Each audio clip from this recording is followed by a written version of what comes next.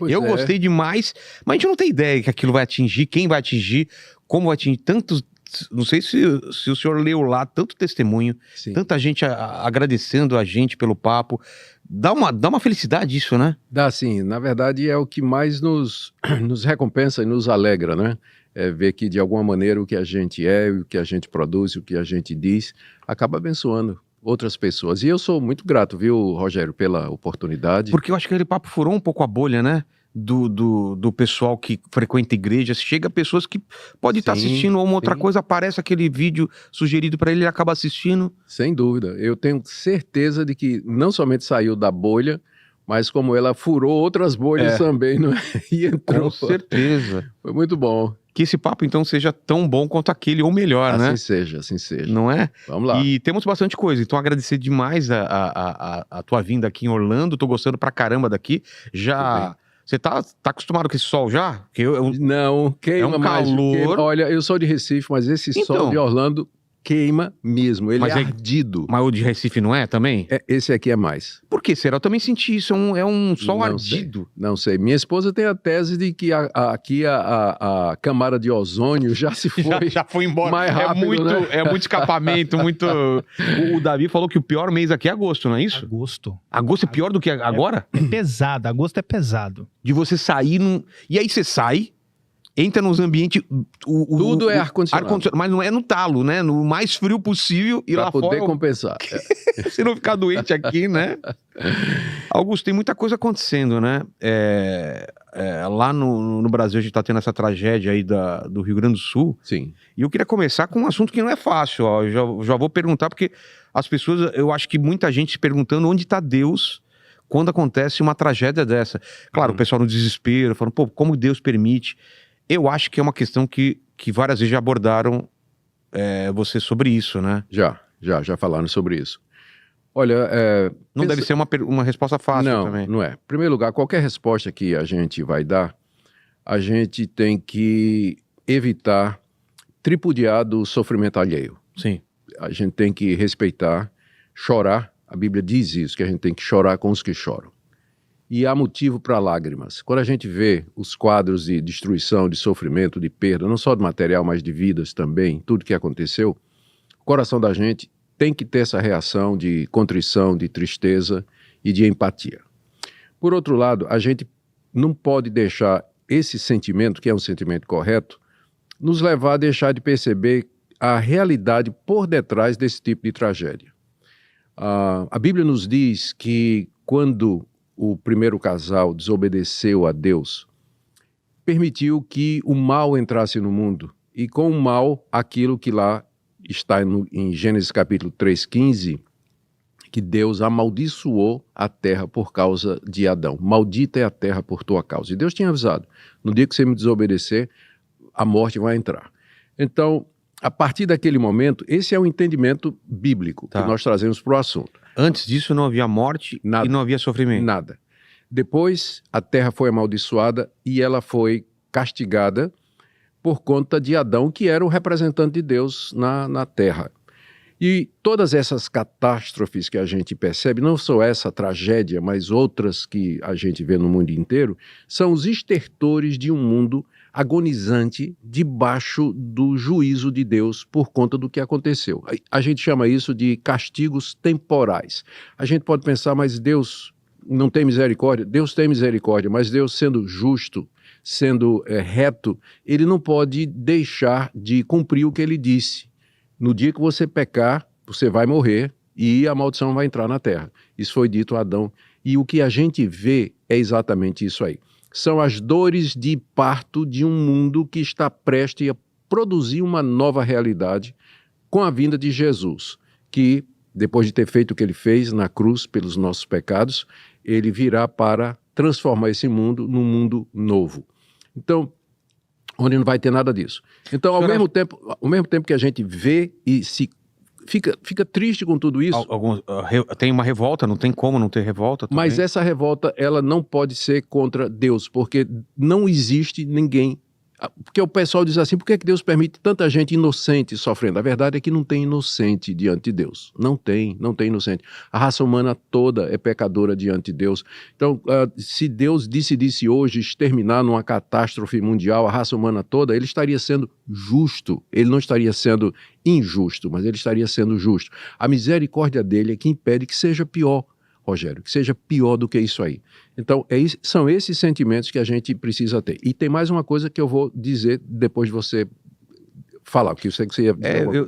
A minha dúvida era isso. Quando teve essa queda de Adão e Eva, se já estava programado a nossa remissão com o Cordeiro, que seria Jesus na cruz.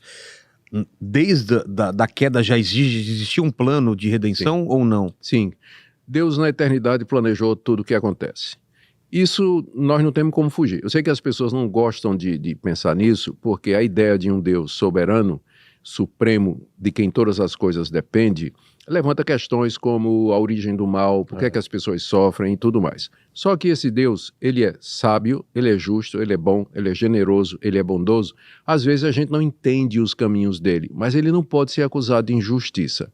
Lá na eternidade, ele planejou tudo o que existe, para que no final da história, a história está caminhando para um final, no final da história ele seja glorificado, o mal seja vencido definitivamente, o bem triunfe de uma vez por todas, de forma que o mal não possa retornar, e Deus tenha realizado o seu plano e o seu propósito. Isso aí a gente não tem a menor dúvida. Tragédias, não somente nacionais, mas individuais, elas acontecem como resultado desses castigos temporais que nos acometem, em contraste com, ainda tem mais, né? Os castigos eternos que vêm depois da morte. Entendi. Depois da morte. Então, isso são penas temporais. Agora, eu preciso, se a gente tem um tempinho ainda para ficar nesse tópico, eu queria dizer uma coisa muito importante. Uma vez chegaram para Jesus e disseram, mestre, tinha uma torre aqui e ela caiu, a chamada Torre de Siloé. Sim.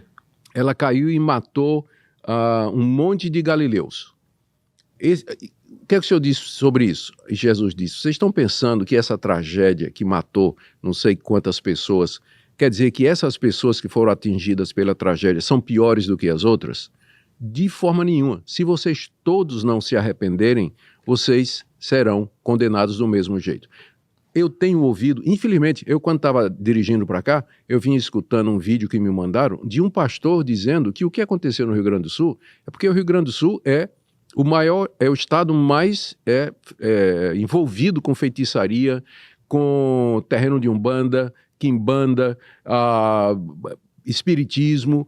A proporção e é verdade, estatisticamente falando, a maior concentração do espiritismo, baixo espiritismo, é lá no Rio Grande do Sul. E o pastor dizendo que tudo isso que está acontecendo é juízo de Deus sobre o Rio Grande do Sul por conta disso. Então eu acho isso eu acho cruel. Porque não é verdade, porque somos todos diante de Deus pecadores, Rogério. Todos nós, cada um de nós. Então não podemos dizer, por um lado, que há inocentes, mas também nós não podemos dizer que essas tragédias são porque... É a mesma coisa de a Alemanha ser amaldiçoada para o resto dos tempos por causa do que aconteceu na Segunda Guerra, né? Não é assim que funciona, né? Não. Então a gente tem que evitar esse tipo de coisa. Por um lado, a gente tem que se compadecer, por outro, saber que Deus, ele não está sendo injusto, Deus...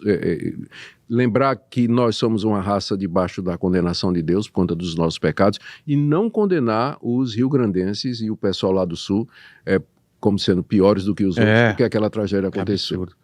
E essa soberania de Deus quer dizer que o que acontece porque ele permite ou ele age para acontecer essas coisas? Não, ele acontece não é nem porque ele permite, acontece porque ele decretou. A Bíblia fala de Deus como se fosse um soberano Senhor que governa por decreto. Deus determina, na eternidade, ele determinou tudo o que haveria de acontecer. Como o próprio Jesus Cristo disse, não cai um passarinho no chão que não seja a vontade do meu Pai que está nos céus. De uma maneira que a gente não entende, Rogério, porque nós estamos falando aqui de um ser que é totalmente outro, ele é diferente de nós, ele é acima de nós, ele é eterno, onisciente, onipresente, onipotente, e nós somos criaturas, a gente não consegue, mas Deus, ele é de tal maneira que ele conseguiu na eternidade, decretar tudo o que existe, sem que ele seja o autor do pecado e sem tirar a sua responsabilidade e a minha. Como é que ele faz isso? Eu não sei. Porque a Bíblia não diz. Se ele é soberano e decide tudo, então eu não tenho livre-arbítrio total. A culpa não é minha, a culpa é sempre dele. Porque ele determinou que aquele cara fosse assassino, que esse fosse a vítima. Que aquele cara morresse atropelado e esse fosse o cara que atropela. Como que funciona isso? Pois é isso que as pessoas não entendem, e quando tentam resolver esse aparente paradoxo, Parece um paradoxo. eles acabam caindo em erros antigos. Tá.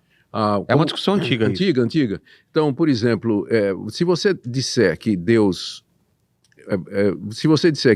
não é soberano, e que para que o homem seja totalmente responsável, então isso significa que quem governa o mundo, quem governa as coisas, são as decisões humanas.